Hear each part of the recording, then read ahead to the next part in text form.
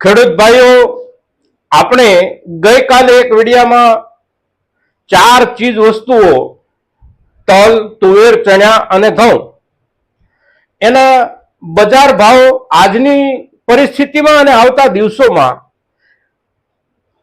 કેવા રહેશે એના પર ચર્ચા કરી અને એ 4 ચીજો પર આપણે એટલા માટે ચર્ચા કરી કે એ 4 ચીજોનું માર્કેટ ડાઉન થવાના, લાંબા ગાળા માટે ડાઉન થવાના કોઈ સંજોગો અત્યારે આપણા દેશમાં નથી. અને એ નહીં હોવાનું જે કારણ છે એ ઉત્પાદનમાં રહેલી આ 4 ચીજોની મોટી જે ઘટ છે એ એનું કારણ છે મિત્રો. હવે એના ઉત્પાદનમાં જે ઘટ છે એ ખરેખર કેટલી છે અને ઘટના કારણો શું છે આ સમજવું આપણા ખેડૂતો માટે પણ ખૂબ અગત્યનું છે મિત્રો. અને તેથી આજે આપણે આ 4 ચીજ વસ્તુઓની જે માર્કેટમાં ઘટ છે, જરૂરિયાત કરતા ઓછો પુરવઠો જે આવી રહ્યો છે એના પર આપણે ચર્ચા કરીશું મિત્રો. તો આ વિડીયોમાં આપ સૌ બન્યા રહેજો, કારણ કે આપણી આ 4 ચીજોમાં આપણા ખેડૂતોના ખૂબ મોટા વર્ગનું હિત સંકળાયેલું છે મિત્રો. તો આ વિડીયોમાં આપ સૌ બન્યા રહેજો. નમસ્કાર ખેડૂત મિત્રો, જય કિસાન, જય ભારત. ખેડૂત ભાઈઓ, આપણે જે 4 ચીજોના ઉત્પાદન, એનો પુરવઠો, એની જરૂરિયાત અને ઉત્પાદન નહીં વધવાના, અગર તો ઘટવાના જે કારણો છે એની ચર્ચા આજે આ વિડીયોમાં કરીએ છીએ મિત્રો. એમાં સૌ પ્રથમ આપણે તુવેર દાળને સ્પર્શ કરીશું, એટલા માટે કે આપણા દેશમાં આપણે ત્યાં જે કઠોળ મુખ્ય રૂપમાં ખવાય છે એ કઠોળ પૈકી બીજા ક્રમે તુવેર છે, પ્રથમ ક્રમે ચણા છે અને બીજા ક્રમે તુવેર છે. એનો સીધો સંબંધ આપણા ભારતના દરેક રસોડાની સાથે છે મિત્રો. તુવેરનું ઉત્પાદન આ વર્ષમાં કેટલું ને આપણી જરૂરિયાત કેટલી, તો એનાલિસિસ જે કોઈ રાષ્ટ્રીય આંતરરાષ્ટ્રીય ઉત્પાદનોના જે એનાલિસિસ આવતા હોય છે એ એનાલિસિસ એટલે કે વિશ્લેષણો જે છે એના આંકડા મુજબ, સરકારના આંકડા મુજબ, તદ ઉપરાંત વ્યાપારી વર્ગ પોતાની રીતે જે આંકડાઓ એકઠા કરતો હોય છે એ આંકડાઓ મુજબ આપણા દેશમાં છેલ્લા 2 કે 3 વર્ષ દરમિયાન તુવેરની જે જરૂરિયાત છે એ 45 લાખ ટન જેટલી તુવેર દાળની આપણે વપરાશ કરીએ છીએ. એની સામે આ વર્ષમાં ઉપલબ્ધિ ઉત્પાદન ભારતની અંદર આપણને માત્ર ને માત્ર 30 લાખ થી 32 લાખ ટન જેટલું જ મળવાની સંભાવના છે. અને તેથી તુવેર આગળ વધી રહી છે અને અત્યારે તુવેરનું માર્કેટ સારી રીતે સ્થિર થઈ ગયેલું છે. એવી જ હાલત ચણાની પણ છે. ચણાની આપણી જેટલી જરૂરિયાત છે, ચણા દાળ, પછી એમાંથી જે બેસન બનતો હોય, તો આપણી ભારતની જે જીવન પરંપરા છે એમાં નિત્ય કોઈને કોઈ પ્રસંગો, કોઈને કોઈ કાર્યક્રમો સતત જોડાયેલા હોય છે, જેમાં સૌથી વધારે ઉપયોગ કઠોળ તરીકે ચણા અને તુવેરનો થતો હોય છે. તો ચણાના ઉત્પાદનમાં પણ 25% જેટલી ઘટ આ વર્ષમાં છે અને એટલે જ ચણાના ભાવ બનેલા છે.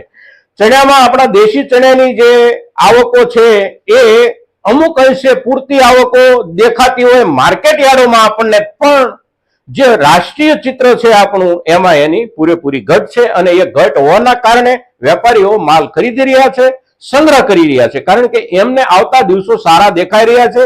આ 4 ચીજોમાં જેની આપણે ગઈકાલે ચર્ચા કરી, તુવેર, તલ, ચણા અને ઘઉં.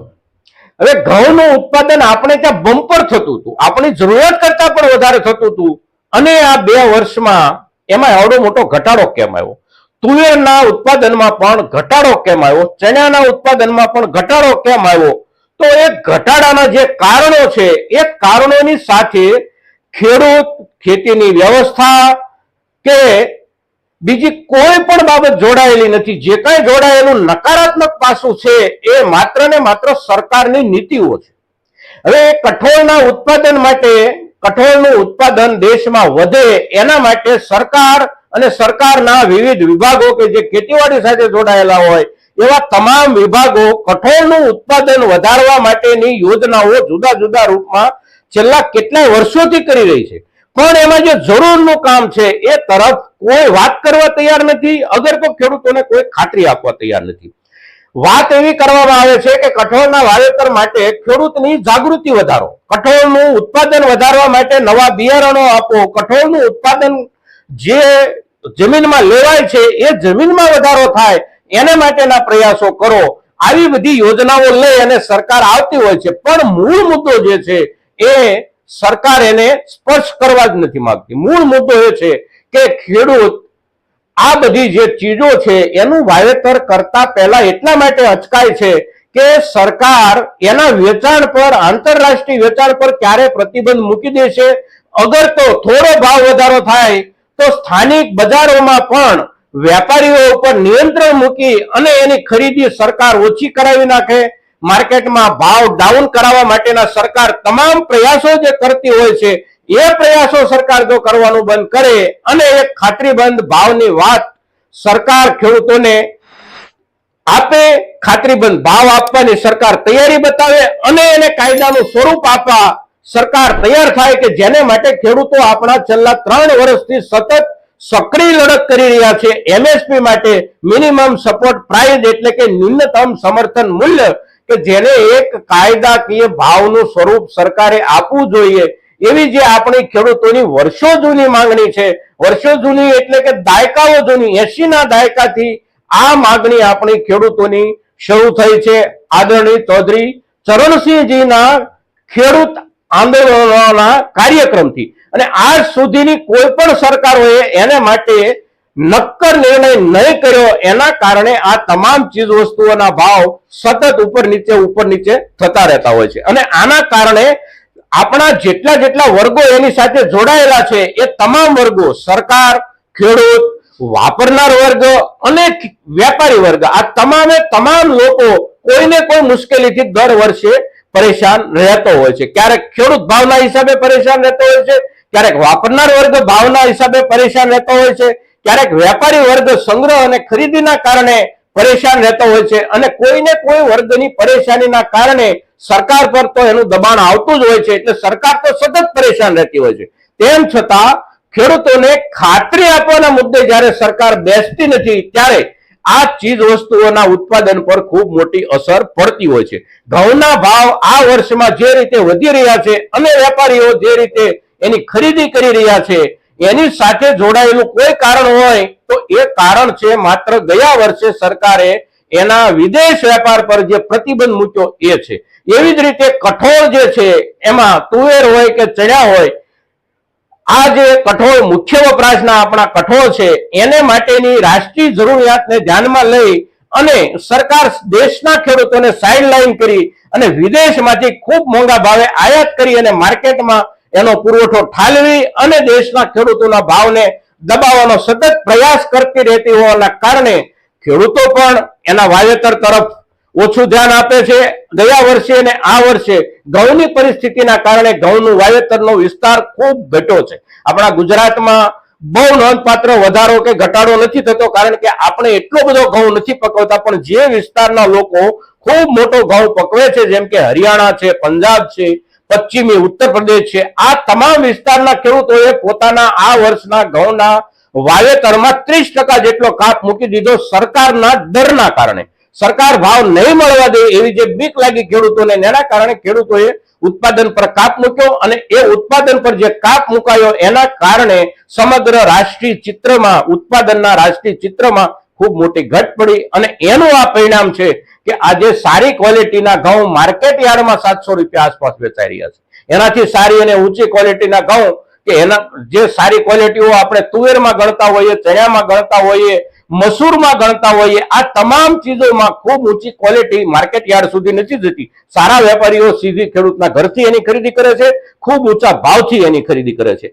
આ જે ચીજ વસ્તુઓ છે એના કારણે જેમ ખેડૂતને તકલીફ પડે છે એમ વાપરનાર વર્ગને પણ તકલીફ પડે છે.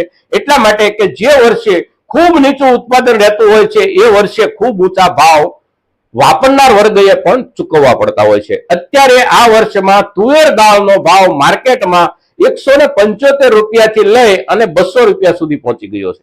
સામાન્ય પરિવારને તુવેર ખાવી અઘરું થઈ ગયું છે અને એનું કારણ છે માત્ર ને માત્ર સરકારની નીતિઓ. સરકાર એક નીતિ નક્કી કરે અને દર વર્ષે કમસે કમ ખેડૂતને આટલો ભાવ આપવાની બાહેધરી સરકાર આપે કે આ પ્રમાણે તુવેરનો ભાવ સરકાર આપશે, આ પ્રમાણે ચણાનો આપશે, આ પ્રમાણે ઘઉંનો આપશે, તો ખેડૂતો પોતપોતાની અનુકૂળતા પ્રમાણે આ મુદ્દાઓને ધ્યાનમાં લઈને વાવેતર કરી શકે અને એ જે વાવેતર ખેડૂત કરે એનું ખેડૂતને ખાતરીબંધ વળતર મળવાની શક્યતાઓ દેખાતી હોય. પણ આ અંધાધૂંધીના કારણે કાં તો ક્યારેક પુષ્કળ માલ પેદા થઈ જાય છે, જેના કારણે ખેડૂતને મુશ્કેલી પડે છે, અને એ જ અંધાધૂંધીના કારણે બીજા વર્ષે બહુ ઓછો માલ પેદા થાય છે અને વાપરનાર વર્ગને મુશ્કેલી પડે છે. સરકાર તો દર વર્ષે કોઈને કોઈ મુદ્દા પર મુશ્કેલી અનુભવતી જ હોય છે, પણ સાચી દિશામાં નહીં જવાના કારણે વર્ષોથી આ સમસ્યાઓ આપણી ચાલી આવે છે. મિત્રો, તો આ વર્ષે આ જે ચીજ વસ્તુઓની આપણે ચર્ચા કરીએ છીએ, આ તમામ ચીજ વસ્તુઓમાં ખેડૂત તરીકે આપણે માર્કેટ પર ભરોસો રાખવાનો છે કે નજીકના દિવસોમાં કોઈ સામાન્ય કારણોસર, કોઈ તાત્કાલિક કારણોસર ભાવમાં થોડો ઘણો ઘટાડો થઈ જાય એવું બને, લિક્વિડિટીના કારણે ઘટાડો થઈ જાય એવું બને, સરકારના પુરવઠાને લઈને જે આદેશો આવતા હોય એના કારણે 5-15 દિવસ માટે ઘટાડો બને, પણ લાંબા ગાળે આમાંથી કોઈ પણ ચીજ વસ્તુઓના ભાવમાં ઘટાડાની કોઈ શક્યતા નથી. મિત્રો, અને આની સાથે જે કારણો જોડાયેલા છે એની પણ આપણે જ્યારે ચર્ચા કરી છે ત્યારે આપણો આ વિડીયો ખૂબ મોટા વિસ્તારમાં મહત્તમ ખેડૂતો સુધી પહોંચે એવા આપ સૌના તરફથી પ્રયાસો થાય એવી આપની પાસે અપેક્ષા સાથે જય કિસાન, જય ભારત.